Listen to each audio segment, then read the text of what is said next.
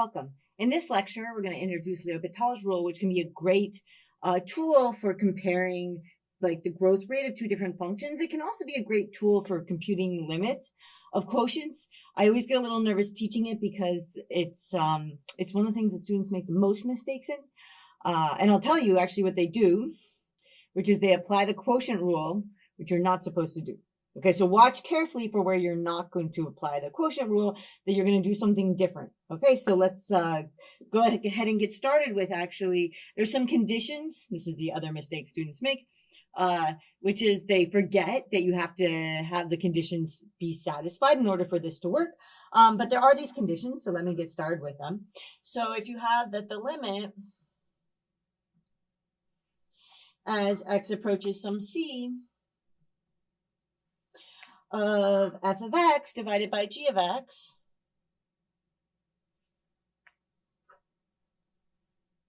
so if you have that the limit, of g of x, what I meant to write, and I started thinking ahead to the next part, g of x. Okay, so if you have that this limit gives, this is where I meant to write gives, so gives an indeterminate form, and I'll tell you what that means. So an indeterminate form,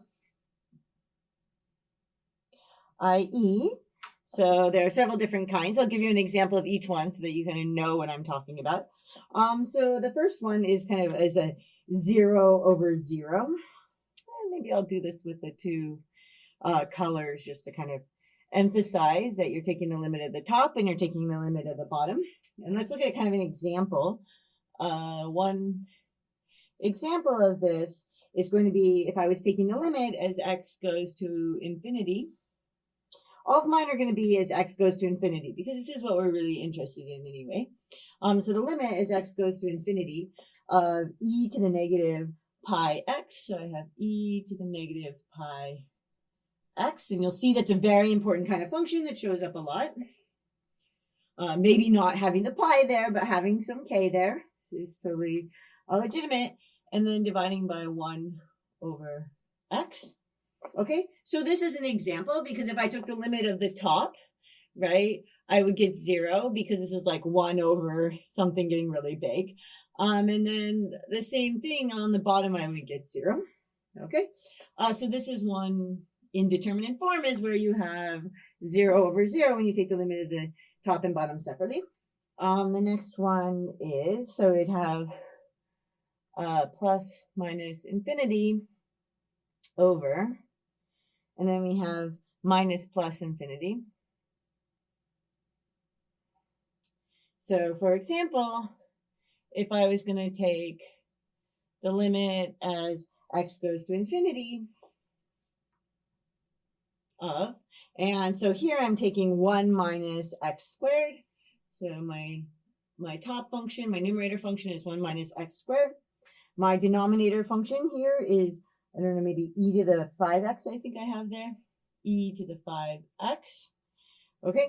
And when I'm taking, I'm just kind of closing these up. My infinities are getting a little sloppy. Okay.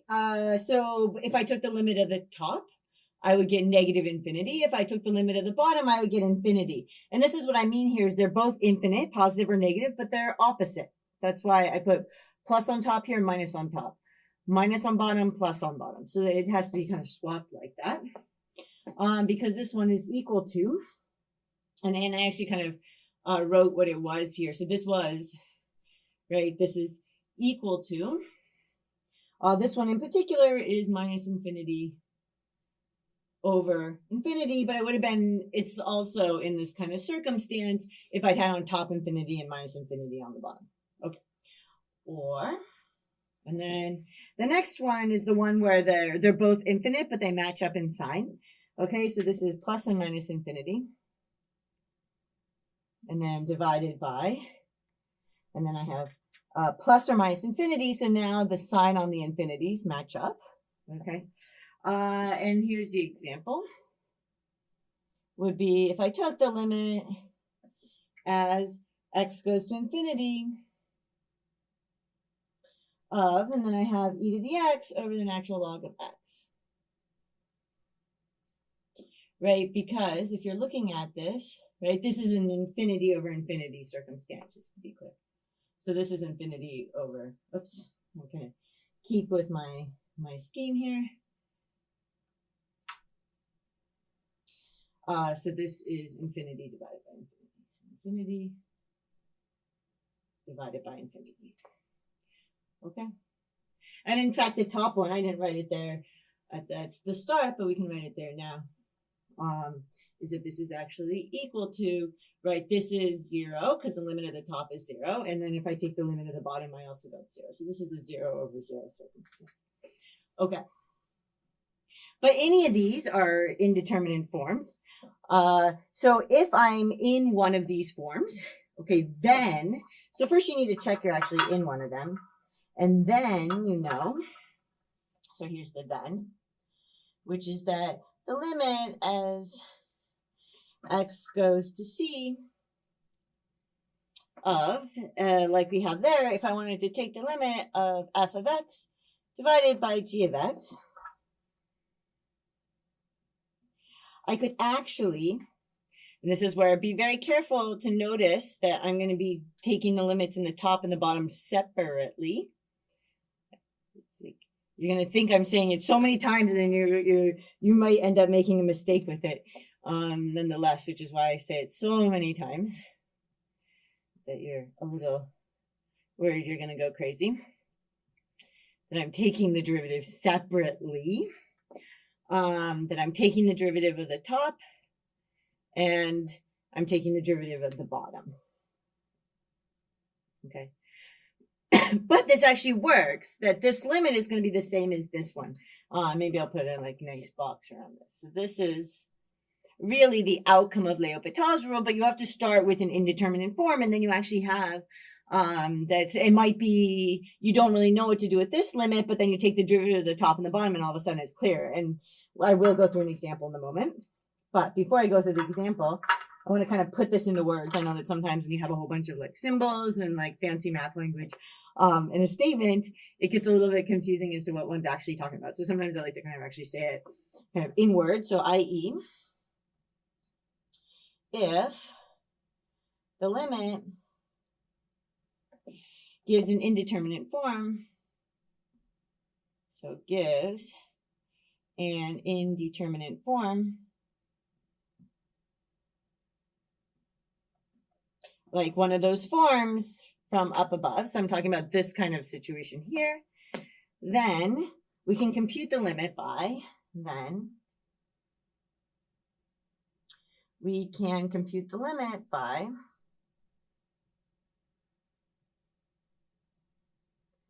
so the first thing would be to compute the derivative of the top and the bottom separately, not applying the quotient rule. So computing the derivative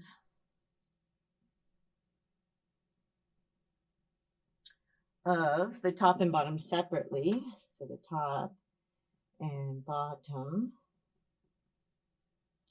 this is where I get melodramatic, so separately, not, okay, no quotient rule.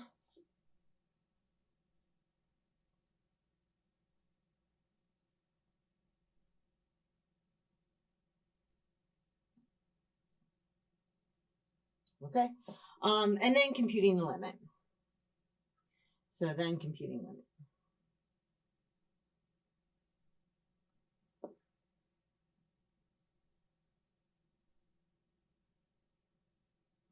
Okay, so let's go through an example here. Also kind of go like this so that it's clear what's on this side of the board and what's on this side of the board. Okay, so here's our example. It'll be like our first example, which will be that I'm going to take the limit as x goes to infinity. There will be more, but the limit as x goes to infinity of, and I want to do e to the 3x over 2x plus 1.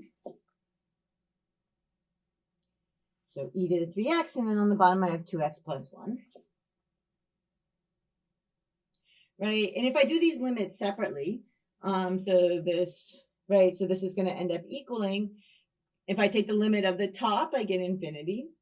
If I take the limit of the bottom, I get infinity. Okay, so indeterminate form, so keep going. So indeterminate form, which tells me I can keep going. So keep going with L'Hopital's rule. Okay. So LH is a very common abbreviation of L'Hopital's rule, just to make sure you're aware that you know that's what I mean by that. Okay, so let's keep going. So what does L'Hopital's rule tell me I can do? I check the conditions. I do indeed have this situation. I am in indeterminate form, so I take this, and I've got to take the derivative of the top and the bottom separately. So I have the derivative with respect to x of the top and the derivative with respect to x of the bottom. So on top, I'm going to get e to the 3x, right? The derivative of that, and on the bottom, I'm taking the derivative of 2x plus 1. And this is going to give me, right? I have to very carefully, so this is where we might make a mistake, which is that we might forget to use the chain rule on the top, but we won't forget to use the chain rule on the top because we're careful calculus students. And so we're going to get, the other thing that I think is really important is that each time you write down that you're taking the limit, I know it's an extra second or so of work and it's tiring on the hand and so on, but it's a common mistake. If you don't actually write that, you start to make mistakes.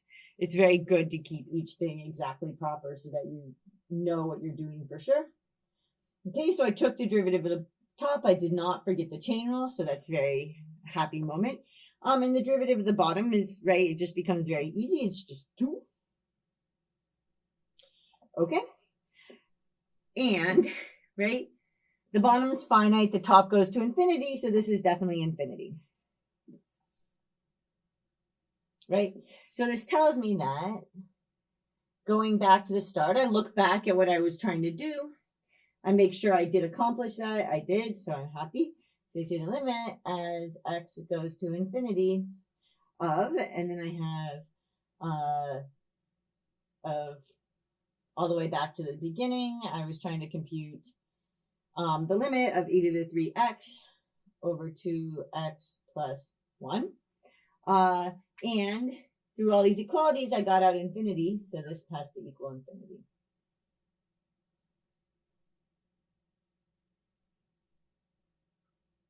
Right? And what is that? That's going to tell me something about growth. So this also tells me something about growth, which is that because this is infinite, one of the things I know now is that, and, so what else does this tell me? It tells me that e to the 3x grows faster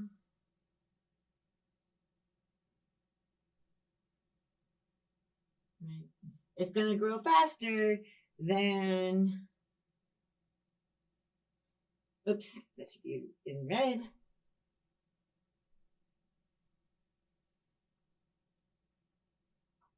Okay, so it goes faster than if I had than 2x plus 1, which is on the bottom, right? Okay, so let's kind of recap what we went through with this example. In the first step, right, the first thing I had to do was to check I had an indeterminate form. How did I do that? I took the limit of the top, I got infinity. I took the limit of the bottom, I got infinity. So I have infinity over infinity, and I check up here, yes, that's an indeterminate form. Yes, I can apply L'Hopital's rule. Next step, I took the derivative of the top. I took the derivative of the bottom. I did that separately. Okay. And I actually took those derivatives. I was very careful when I took this derivative. I remembered to use the chain rule, and that's how I got a 3 in front. So I got 3e to the 3x, the bottom. I took that derivative. I got 2. And so now this is something I can compute the limit of, right? Because the bottom is finite, the top's shooting off to infinity. So this is infinity. The bottom is finite positive. The top is shooting off to positive infinity. So I got infinity. So looking back at where I started through all my equalities, it's telling me that I was able to compute that this is actually equal to infinity. Now, then what does that tell me? If the limit when I take the ratio is infinity, that tells me that the top grows faster than the bottom. So this actually allowed me, I was able to use L'Hopital's rule to, and what am I really doing there? And this is kind of the key point in there, which is that what am I really doing is that I know that the functions themselves, the limit doesn't, capture which of them is kind of growing faster, but now I'm looking at their rates, like their derivatives, their rate of change, and I'm comparing the rate of change. And the rate of change of this one really dominates the rate of change of this one. The rate of change of this one is growing a lot faster than the rate of change of this one. So that's enough. And then you might actually, if that doesn't work, you can do L'Hopital's rule again and see that like the rate of change of one of them is faster than the other. And that's really what L'Hopital allows us to do, is because if one of these rates of change is faster than the other, then definitely as you go towards infinity, the growth of that function is faster. Okay? So I hope that made some sense, and I will see you in the next lecture.